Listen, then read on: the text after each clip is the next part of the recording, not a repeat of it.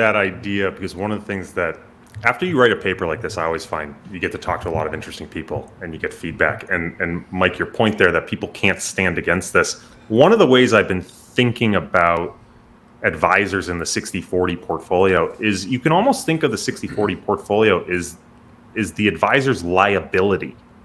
That if they don't deliver returns in line with the 60-40 portfolio, if they deviate too far negatively, they get fired, right? And so to me, another way of rethinking this return stacking is, look, the first thing we're going to do is we're going to hedge your liability. Precisely. You as an advisor have a liability that if you don't return 60-40, you're in trouble. We're going to hedge your liability as capital efficiently as possible. Mm-hmm. And then we're going to add something on top. And it's very much like a pension in that sense. It's just, I'm looking at the advisor's business. Now, again, we're using 60-40 as the example here. Does it have to be a 60-40? No, you can do this in other ways. The reality is, from a dollar basis, the vast majority of money that advisors have for the clients they have ends up in a 60-40 balanced portfolio. So it's just sort of the biggest target market for us to address with this example.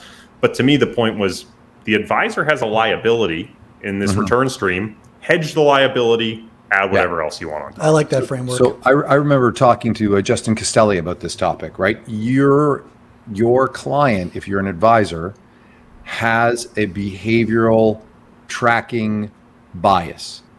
We're, talking to the largest market with the 60-40. But if you happen to live in San Francisco, that tracking error bias is going to be to a different main piece of finance, whatever it is.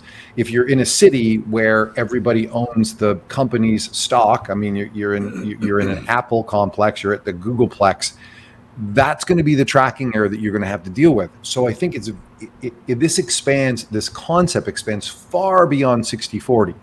If you're dealing with an individual who has a large single stock position, how might you diversify that large single stock position? In fact, we have a few clients in that very spot where they have a large stock position with an extremely large tax liability that they don't ever want to sell.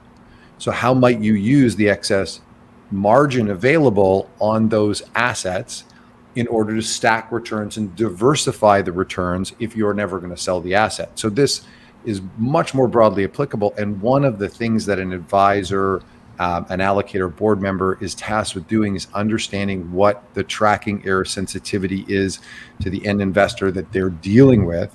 That's the first prescription or the first thing that has to be determined by that individual. And then how do you go about bringing them to a more responsible place, if you will, that tracks their main index, but provides excess returns. Anyway, go ahead. It was the idea that our whole careers has been about, we're smarter than you. The math is very clear. This is the way to manage money for 100 years, and there is no other way. Look at how intelligent I am. Why aren't you doing this? But the truth is that we were dumb because we didn't take into account the utility curve of the individual investor, which has a behavioral bias, all types of behavioral bias.